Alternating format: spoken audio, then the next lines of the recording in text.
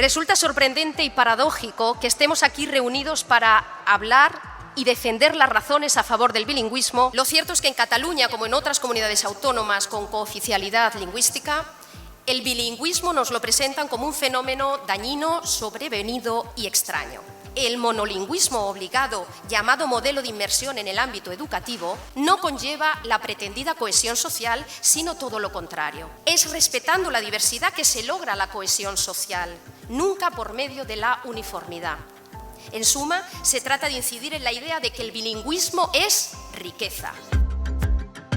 Recentment s'ha posat de manifest un avantatge especial, molt especial, que per tenir una bona comunicació entre persones no basta amb tenir un bon domini de la llengua en la que parles i te comuniques. Cal també tenir certa capacitat de col·locar-te en la posició del teu interlocutor, que el bilingüisme també millora aquesta capacitat. Situar-se en la perspectiva de l'altre, vostès podran entendre que avui dia és més necessari que mai.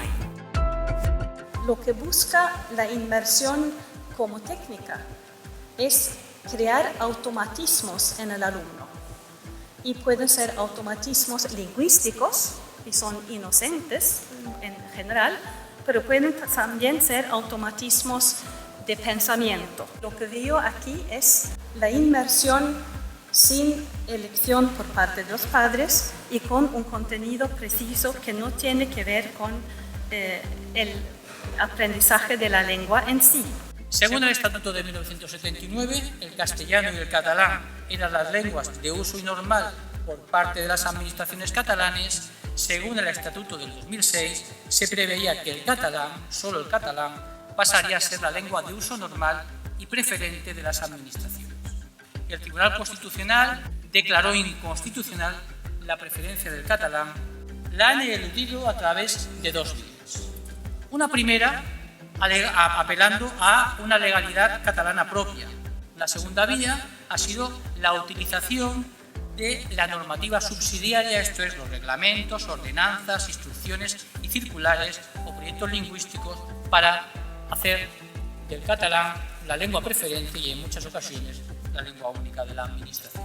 Esta última práctica es la más eficaz en lo que me atrevo a definir como un fraude orquestado. El bilingüismo es un hecho y lo que hay que hacer no es considerar si es bueno o si es malo, sino afrontarlo como lo que es. Vivimos en una sociedad bilingüe, tenemos que instrumentar formas que nos permitan vivir sin violencia con estas dos lenguas. El problema está naturalmente no tanto en las pequeñas anécdotas cotidianas, sino por no atentar contra las libertades personales. Estamos ante una situación que tiene muy difícil arreglo. Hemos de luchar para impedir que tanto por un lado como por el otro existan abusos e imposiciones.